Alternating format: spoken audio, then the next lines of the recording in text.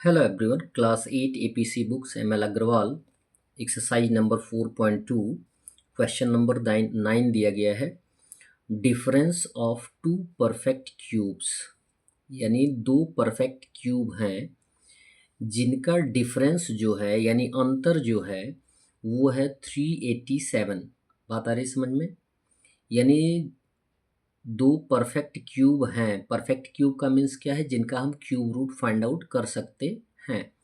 दो perfect cube हैं जिनका डिफरेंस यानी जिनकी बड़े नंबर में से दो छोटे नंबर को माइनस कर रहे हैं तो आंसर कितना आ रहा है? 387 आ रहा है। दिया गया है कि if the cube root of the greater of two number is 8। बोला ये गया है कि यदि बड़े वाले नंबर का क्यूब रूट यानी बड़े वाले परफेक्ट क्यूब का क्यूब रूट 8 है तो find the cube root of smaller number. तो छोटे वाले नंबर का क्यूब रूट आपको फाइंड आउट करना है। दोनों नंबर फाइंड आउट करेंगे तभी आप क्यूब रूट फाइंड आउट कर सकते हैं। क्या बोला गया है कि दो परफेक्ट क्यूब हैं जिनका डिफरेंस कितना है? 387 है। और यदि बड़े वाले नंबर या बड़े वाले परफेक्ट क्यूब का क्यूब रूट 8 है तो छोटे वाले नंबर का क्यूब रूट यदि वो भी परफेक्ट क्यूब ही है तो उसका क्यूब रूट क्या होगा? तो यहाँ पे सॉल्यूशन कैसे करेंगे? If the cube root of the greater number is 8, number यानी परफेक्ट क्यूब की बात की जा रही है। ये ऑलरेडी बताया गया है क्वेश्चन में कि दोनों नंबर क्या है? परफेक्ट क्यूब हैं। और ग्रेटर परफेक्ट क्यूब का क्यूब रूट क्या है? 8 है। So the cubes of 8, 8 already हमारे पास पता है क्यूब रूट, तो उसका क्यूब क्या होगा? तो आप लिख लेंगे 8 का क्यूब होगा 8 क्यूब यानी 8 इंटू 8 इंटू 8, इट मीन्स हो जाएगा 512। एक नंबर तो हमारे पास या एक परफेक्ट क्यूब हमें पता चल गया। अब जबकि दूसरे नंबर को हम एज्यूम कर लेंगे, मान लेंगे।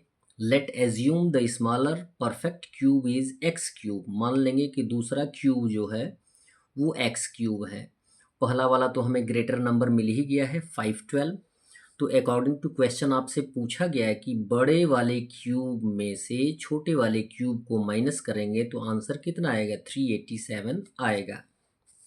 अब क्या करना है?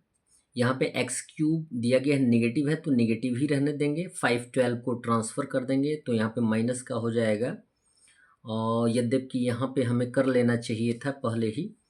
अब यहाँ पे प्लस है तो ये हो जाएगा माइनस। 387 ऑलरेडी दिया गया है LHS में। और जबकि हम 512 को पॉजिटिव है और राइट साइड में लाएंगे तो ये नेगेटिव हो जाएगा।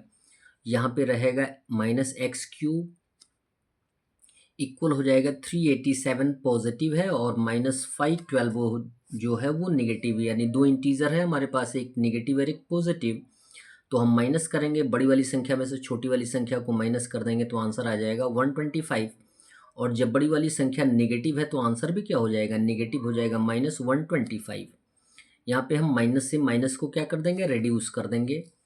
तो एक्स क्यूब का वैल्यू हो जाएगा 125 और x का वैल्यू फाइंड आउट करने के लिए हम क्या करेंगे?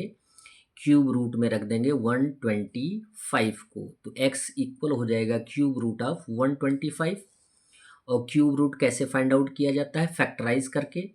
यदि हम प्राइम फैक्टर्स के ट्रिपलेट्स फाइंड आउट कर लेते हैं तो हम बड़े आसानी से उनका क्यूब रूट फाइंड आउट कर सकते हैं। 125 को फैक्टराइज करेंगे तो 5 इंटू 5 इंटू 5 आएगा और 5 का ट्रिपलेट बनेगा तो क्यूब रूट कितना आ जाएगा? 5 आ जाएगा, यानी x का वैल्यू आ जाएगा हमारा 5।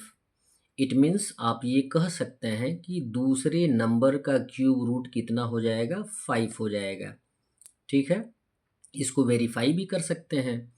यदि क्वेश्चन में बोला गया उस क्वेश्चन के अनुसार कि यदि दो परफेक्ट क्यूब्स दिए गए हैं, उनका डिफरेंस जो है 387 है, तो और साथ में बड़े वाले क्यूब का क्यूब रूट 8 है तो छोटे वाले क्यूब का क्यूब रूट क्या होगा? तो आंसर आएगा 5। That's all. वीडियो को लाइक करें, साथ में अन्य लोगों को बताने का भी प्रयास करें और चैनल को सब्सक्राइब करें। धन्यवाद।